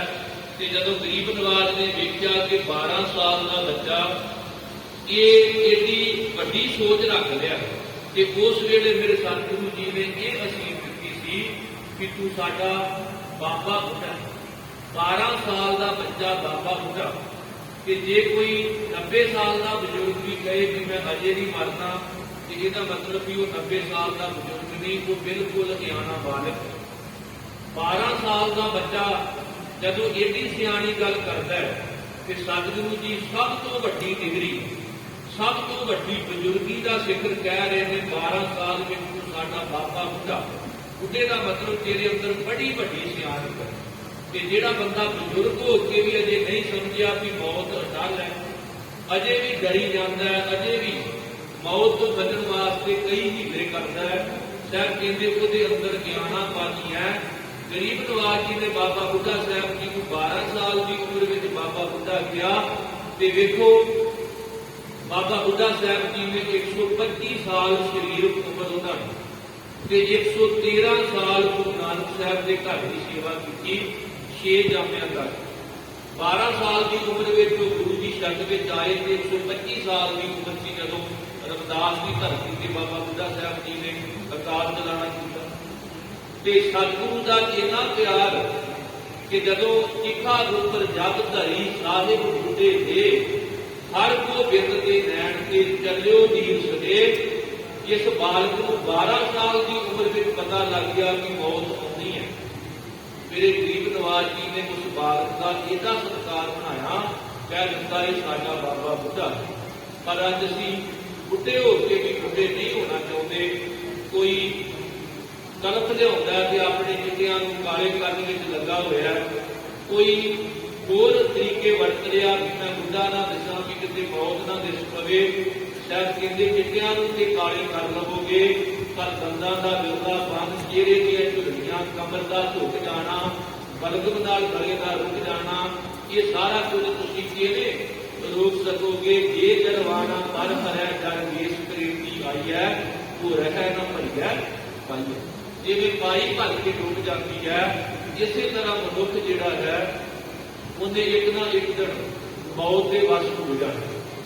ਖਾਸ ਕਰਕੇ ਸਤਿਗੁਰਾਂ ਨੇ ਸਾਨੂੰ ਸਿੱਖਿਆ ਜਿਹੜੀ ਦਿੱਤੀ ਆ, ਉਹ ਮੈਂ ਕਹਿ ਕੇ ਸਮਾਪਤੀ ਕਰਾਂ ਕਿ ਸਾਡੇ ਮਨ ਅੰਦਰ ਇੱਕ ਸੋਚ ਹੈ ਵੀ ਅਸੀਂ ਬੁੱਢੇ ਹੋ ਕੇ ਬਾਣੀ ਪੜਾਂਗੇ, ਬੁੱਢੇ ਹੋ ਕੇ ਸਿਮਰਨ ਕਰਾਂਗੇ, ਬੁੱਢੇ ਹੋ ਕੇ ਸਿੱਖ ਬਣਾਂਗੇ। ਪਰ ਬਾਣੀ ਬਿਲਕੁਲ ਇਸ ਤੋਂ ਉਲਟ ਉਪਦੇਸ਼ ਦਿੰਦੀ ਹੈ। ਬਾਣੀ ਕਹਿੰਦੀ ਤੂੰ ਉਦੋਂ ਤੱਕ ਰੱਬ ਨੂੰ ਸਿਮਰ ਜਦੋਂ ਤੱਕ ਤੂੰ ਬੁੱਢਾ ਨਹੀਂ। ਫਿਰ ਕੀ ਪਤਾ ਜੇ ਬੁੱਢਾ ਹੋ ਗਿਆ ਕਿ ਤੂੰ ਸਿਮਰਨਾ ਹੈ ਕਿ ਨਹੀਂ ਸਿਮਰਨਾ। ਜਬ ਲਗ ਜਰਾ ਰੋਗ ਨਹੀਂ ਆਇਆ, ਜਬ ਲਗ ਕਾਲ ਗਰਸੀ ਨਹੀਂ ਕਾਇਆ, ਜਬ ਲਗ ਵਿਕਲ ਭਈ ਨਹੀਂ ਬਾਣੀ, ਭਜਦੇ ਮਨ ਸਾਰ ਪਾਣੀ। ਅਬ ਨਾ ਭਜਸ ਭਜਸ ਕਬ ਭਾਈ, ਆਵੈ ਅੰਤ ਨਾ ਭਜਿਆ ਜਾਈ। ਸਰ ਕਹਿੰਦੇ ਹੁਣ ਤੋਂ ਹੀ, ਤੇ ਬਾਬਾ ਫਰੀਦ ਜੀ ਦੇ ਬਚਨ ਮੈਂ ਚੇਤੇ ਕਰ ਰਿਹਾ ਸਾਂ। ਉਹਨਾਂ ਨੇ ਜਦੋਂ ਪੁਰਸ਼ ਦਾਤ ਦਾ ਪੰਥ ਦੁਹੇਲਾ ਦੀ ਗੱਲ ਕੀਤੀ ਹੈ, ਵਿਦਣ ਕੋਈ ਮੁੰਦ ਕਿਹਦੀ ਦਾ ਜ਼ਿਕਰ ਕੀਤਾ ਹੈ, ਨਾ ਕੋਈ ਸਾਥੀ ਨਾ ਕੋਈ ਬੇਲੀ ਦਾ ਦ੍ਰਿਸ਼ਟਾਂਤ ਦਿੱਤਾ ਹੈ। ਤੇ ਸ਼ਾਇਦ ਕਹਿੰਦੇ ਉਸ ਉੱਪਰ ਹੈ ਮਾਰਗ ਮੇਰਾ, ਤੇ ਕਰਨਾ ਕੀ ਹੈ? ਸ਼ੇਖ ਫਰੀਦਾ ਪੰਥ ਸੁਭਾਰ ਸਵੇਰਾ। ਇਹਦੇ ਸਵੇਰ ਤੋਂ ਹੀ, ਬਚਪਨ ਤੋਂ ਹੀ ਕਿਤੇ ਜਵਾਨੀ ਰੂਪੀ ਦੁਪਹਿਰ ਨਾ ਉਡੀਕਦਾ ਰਹੀ। ਕੀ ਪਤਾ ਕਿਹੜੇ ਵੇਲੇ ਬੁਢਾਪੇ ਦੀਆਂ ਤਰਕਾਲਾਂ ਸ਼ਾਮਾਂ ਪੈ ਜਾਣੀਆਂ ਤੇ ਫਿਰ ਮੌਤ ਰੂਪੀ ਰਾਤ ਪੈ ਜਾਣੀ। ਤੂੰ ਰੱਬ ਦੀ ਬੰਦਗੀ ਵਾਲਾ ਰਸਤਾ ਬਚਪਨ ਤੋਂ ਹੀ ਚੁਣ, ਸਵੇਰ ਤੋਂ ਹੀ ਚੁਣ। ਜਿਵੇਂ ਬੰਦਾ ਦੂਰ ਜਾਣਾ ਹੋਵੇ ਤੇ ਸਵੇਰੇ ਹੀ ਤੁਰ ਪੈਂਦਾ ਹੈ। ਕਿਤੇ ਰੱਬ ਵਾਲੇ ਪਾਸੇ ਤੂੰ ਜਵਾਨੀ ਰੂਪੀ ਦੁਪਹਿਰ ਨਾ ਡਿੱਗੀ, ਬੁਢਾਪਾ ਰੂਪੀ ਤਰਕਾਲਾਂ ਨਾ ਡਿੱਗੀ, ਬਚਪਨ ਰੂਪੀ ਸਵੇਰ ਤੋਂ ਹੀ ਤੁਰ ਪਾ। ਸ਼ੇਖ ਫਰੀਦਾ ਪੰਥ ਸੁਭਾਰ ਸਵੇਰਾ, ਸਵੇਰ ਤੋਂ ਹੀ, ਹੁਣ ਤੋਂ ਹੀ, ਅੱਜ ਹੀ ਸ਼ੁਰੂ ਕਰ ਦੇ। ਕੀ ਪਤਾ ਅਗਲਾ ਪਲ ਤੇਰੇ ਕੋਲ ਹੈ ਕਿ ਨਹੀਂ ਹੈ। ਹਮ ਆਦਮੀ ਹਮ ਇੱਕ ਦਮੀ, ਬੋਲਤ ਬੋਧ ਨਾ ਜਾਣਾ। ਇਸ ਲਈ ਸਾਹਿਬ ਕਹਿੰਦੇ ਜਿਨ੍ਹਾਂ ਨੂੰ ਆ ਸਮਝ ਆ ਗਈ, ਉਹ ਫਿਰ ਹਰ ਕੇ ਸੇਵਕ ਜੋ ਹਰ ਭਾਏ, ਜਿਨ ਕੀ ਕਥਾ ਕਰਾਰੀ ਨੇ, ਆਵੇ ਨਾ ਜਾਵੇ ਨਾ ਕਬ ਨੂੰ ਮਰਦੇ, ਪਾਰ ਬ੍ਰਹਮ ਸੰਗਾਰੀ ਨੇ। ਉਹ ਫਿਰ ਨਾ ਆਉਂਦੇ ਨੇ, ਨਾ ਜਾਂਦੇ ਨੇ, ਨਾ ਕਦੇ ਮਰਦੇ ਨੇ। ਉਹ ਸਦਾ ਪਰਮਾਤਮਾ ਨੂੰ ਅੰਗ ਸੰਗ ਸਮਝਦੇ ਨੇ ਤੇ ਪ੍ਰਭੂ ਵਿੱਚ ਅਭੇਦ ਹੋ ਜਾਂਦੇ ਨੇ। ਉਹ ਆਖਦੇ ਨੇ ਆਵਨ ਜਾਣ ਇੱਕ ਖੇਲ ਬਣਾਇਆ, ਆਗਿਆਕਾਰੀ ਕੀਤੀ ਮਾਇਆ। ਦੋਹਾਂ ਸਿਰਿਆਂ ਦਾ ਆਪ ਸੁਆਮੀ, ਖੇਲਾ ਵਿਖਸੈ ਅੰਤਰਜਾਮੀ। ਨਾ ਕਿਛ ਆਏ ਕੋ ਨਾ ਕਰ ਜਾਏ ਕੋ, ਰਾਮ ਕੀ ਦੁਹਾਈ। ਉਹ ਆਖਦੇ ਨੇ ਨਾ ਕੁਝ ਜੰਮਦਾ ਨਾ ਕੁਝ ਮਰਦਾ, ਇਹ ਪਰਮਾਤਮਾ ਦੀ ਇੱਕ ਰਚੀ ਹੋਈ ਖੇਡ ਹੈ। ਤੇ ਜਿਵੇਂ ਖੇਡ ਵਿੱਚ ਵਿਰੋਧੀ ਟੀਮਾਂ ਹੁੰਦੀਆਂ ਨੇ, ਇਸੇ ਤਰ੍ਹਾਂ ਇੱਕ ਪਾਸੇ ਜਨਮ ਤੇ ਦੂਸਰੇ ਪਾਸੇ ਮੌਤ, ਇੱਕ ਪਾਸੇ ਪਾਪ ਦੂਜੇ ਪਾਸੇ ਪੁੰਨ, ਇੱਕ ਪਾਸੇ ਦੁੱਖ ਦੂਜੇ ਪਾਸੇ ਸੁੱਖ। ਇਹ ਵਿਰੋਧੀ ਭਾਵ ਵਿੱਚ ਖੇਡ ਹੈ, ਤਾਂ ਕਿ ਜਗਤ ਇਸ ਖੇਡ ਦੇ ਵਿੱਚੋਂ ਮਨੁੱਖ ਸਹੀ ਦੀ ਚੋਣ ਕਰਕੇ ਜਿੱਤ ਕੇ ਜਾ ਸਕੇ। ਨਾਲ ਕਹਿ ਵੀ ਦਿੱਤਾ ਕਿ ਐਸੀ ਕਲਾ ਨਾਲ ਖੇਡੀ ਹੈ ਜਿਤ ਦਰਜਾ ਗਿਆ ਹਾਰਿਆ, ਤੇਰੇ ਨਾਏ ਰੱਤੇ ਸੇ ਜਿੜਦੇ, ਹਾਰ ਗਏ ਸੇ ਡੱਕਣ ਵਾਲਿਆ। ਹੈ ਆਪਾਂ ਸਾਰੇ ਪਰਮਾਤਮਾ ਦੇ ਭੇਜੇ ਹੋਏ ਖਿਡਾਰੀ। ਸਾਡੇ ਵਿੱਚੋਂ ਕੋਈ ਜੀਵਨ ਦੀ ਬਾਜੀ ਜਿੱਤ ਕੇ ਤੁਰਦਾ ਤੇ ਕੋਈ ਜੀਵਨ ਦੀ ਬਾਜੀ ਨੂੰ ਹਾਰ ਜਾਂਦਾ ਹੈ। ਜਿਹੜੇ ਹਾਰ ਜਾਣਗੇ ਉਹਨਾਂ ਨੂੰ ਫਿਰ ਜਗਤ ਰੂਪੀ ਅਖਾੜੇ ਵਿੱਚ ਆ ਕੇ ਇਸ ਖੇਡ ਦੇ ਵਿੱਚ ਫਿਰ ਖੇਡਣਾ ਪਵੇਗਾ। ਪਰ ਸਾਹਿਬ ਕਹਿੰਦੇ ਵੇਖ ਕਿੰਨੀਆਂ ਜੂਨਾਂ ਵਿੱਚ ਖੇਡਦਾ ਤੂੰ ਹੁਣ ਫਾਈਨਲ ਵਿੱਚ ਪਹੁੰਚਿਆ ਨਾ, ਤੇ ਆ ਫਾਈਨਲ ਦੀ ਗੇਮ ਹੁਣ ਜਿੱਤ ਲੈ। ਜੇ ਜਿੱਤ ਜਾਏਗਾ ਤੇ ਫਿਰ ਤੈਨੂੰ ਵਾਰ-ਵਾਰ ਨਹੀਂ ਖੇਡਣਾ ਪਵੇਗਾ, ਤੇ ਜੇ ਹਾਰ ਗਿਆ ਤੇ ਫਿਰ ਤੈਨੂੰ ਖੇਡਣਾ ਪਵੇਗਾ। ਜੇ ਚਾਹੁੰਦੇ ਆ ਕਿ ਅਗਲੀ ਕਲਾਸ ਵਿੱਚ ਹੋ ਜਾਈਏ ਫਿਰ ਪੜ੍ਹਨਾ ਪਵੇਗਾ ਨਾ, ਪਾਸ ਹੋਵਾਂਗੇ। ਇਹ ਤੇ ਕਈ ਸਾਰੀ ਉਮਰ ਹੀ ਵੇਖੋ ਇੱਕ ਕਲਾਸ ਵਿੱਚ 3 ਵਾਰੀ ਆਪਾਂ ਪੜ੍ਹਦੇ ਨੇ। ਇਸੇ ਤਰ੍ਹਾਂ ਜਦੋਂ ਅਸੀਂ ਫੇਲ ਹੋ ਜਾਂਦੇ ਹਾਂ ਤੇ ਸਾਨੂੰ ਫਿਰ ਸੰਸਾਰ ਵਿੱਚ ਆਉਣਾ ਪੈਂਦਾ ਹੈ।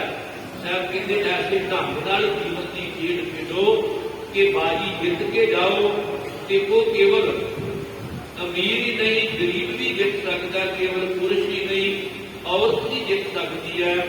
वो औरत जी गुरु कृपा की पात्र बन जाए, क्योंकि साडी हर सिख औरत मां भैन माता तृप्ता जी, माता गुजर कौर के विरसे की वारस है। कि मेरे गरीब नवाज जी ने बीबी अमरो नूं, बीबी वीरो नूं नवाजिया, जिहड़ियां गुरु दीयां भैणां सन, गुरु दीयां धीआं सन। इसे तरह माता गंगा जी, माता भानी जी, जिन्होंने अज भी असीं याद करते हैं। कि जदों सिख इतिहास पढ़ीए कि जदों पुरुष गुरु तो मूँह मोड़ लैन, गुरु के दरवाजे बंद कर देन, जदों गुरु तेग बहादुर साहब आए थे ना मत्था टेकन, कि मसंदा ने सचखंड श्री हरिमंदिर साहब मत्था नहीं टेकन दिता, दरवाजे बंद कर दिते, कि सतगुरु जी खड़ा साहब से जाके बैठ के संगतां उत्थे चलियां गईयां। कि जदों पता लगा मातावां भैणां नूं, ते मातावां भैणां बल्ले की धरती से गुरु तेग बहादुर साहब को पहुंचियां, जिस धरती को बल्ला गुरु का गला भी कहा जाता है। उत्थे मेरे साहब ने वचन कहे सन, माइयां रब रजाइयां भगती लाइयां। कि सचमुच कोई दादी कोई नानी अज वो माइयां रब रजाइयां की कृपा की पात्र बन जाए, कि साडियां मावां भैणां भी गुरु ग्रंथ साहब जी की बाणी का वो आसरा लैके अपना पार उतारा कर सकते हैं। क्योंकि जदों कोई औरत मर्द, कोई गरीब अमीर, कोई भी परमेश्वर की बंदगी में जुड़ेगा, मालक नाल अपना संबंध जुड़ेगा, साहब के बचन ने कोई गावे तो सुनै, हर कामां च कलाए, कहो कबीर संसा नहीं अंत पर प्रगट पाए। बाणी नाल जुड़े नूं कदे मन में शंका नहीं रखना चाहिए। अंत नूं वो सद गति नूं परम गति नूं प्राप्त करेगा, उहदा कल्याण होवेगा। उन्होंने किसी होर मुक्ति की या कोई किसी होर कल्याण की लोड़ नहीं। वो परमात्मा नाल जुड़न की सब तो वड्डी मुक्ति समझदा है। कि मालिक के हुक्म विच गुरमुख सदे जान आवन घलिया।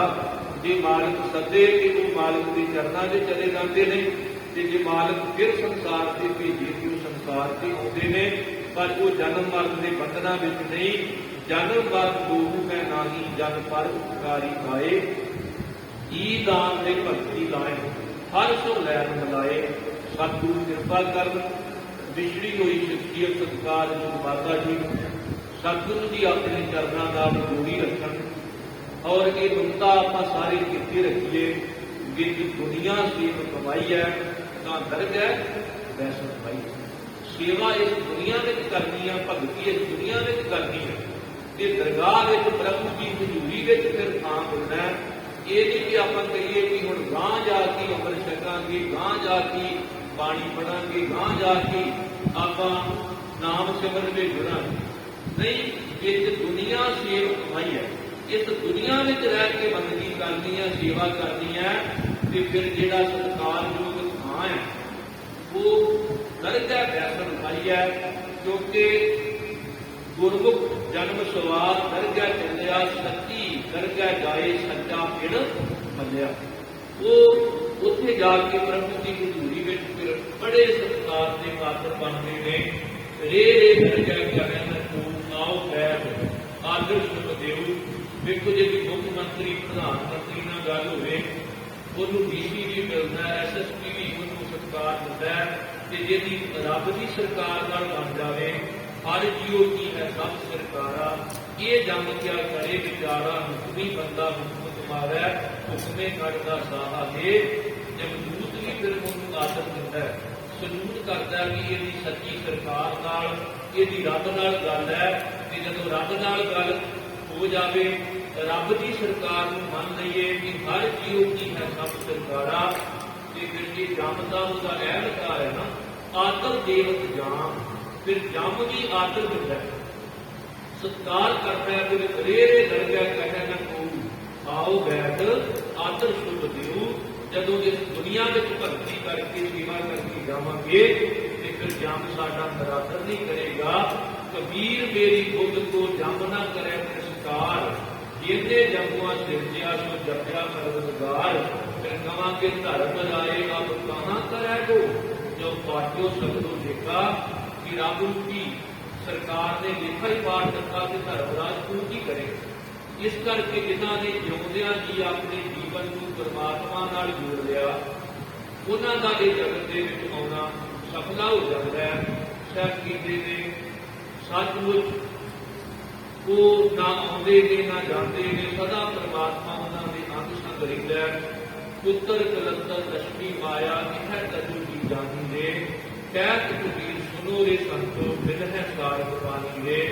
वो फिर परिवार में रहिंदियां किरत करदियां धन दौलत विच अपने आप को संदेह रख के परमात्मा नाल जोड़ते हैं कि ऐसे जीव जिन्हां की किरत करके नाल जोड़ दवे, जिन्हां का धंधा धर्म बन जाए, जिन्हां ने समाज में विचरदियां अपना किरत निरंकार नाल जोड़ लिया, वो फिर परमात्मा ने सदा ही अधीन हो जाते हैं। सतगुरु किरपा करन। जिथे ये अरदास बेनती है कि माता जी को अपने चरणों में जोगी रखो, से परिवार को साथ संबंधियों को भाना मनन का जो बल है वो मालक बख्शिश कर। क्योंकि जिथे जिथे भी ब्लड रिलेशन है, भावें मां बजुर्ग ही क्यों ना हो, जदों संसार को मां बोलती है बजुर्ग बोलते हैं, तो सचमुच उन्होंने बरकतां उन्होंने रौनक कई कई दिन सानू ये लगता है कि उनकी अनहोंद जी है वो सानू महसूस होती है। घर इंज लगन लग पैंदा कि जिथे बजुर्ग बैठते सी वो जिवें किते सुझा सुझा होवे। अज असीं मेहनतां भी करिए, किरत भी करिए, चंगे घर भी बनाइए, तो वो सारा कुछ चंगा तां लगेगा कि घरां विच साडे माता पिता भी होण। मैं एक दिन इधर शाहकोट वाले पासे जा रहा था, तो पिंड के बाहर वाला एक बड़ी वड्डी कोठी सी।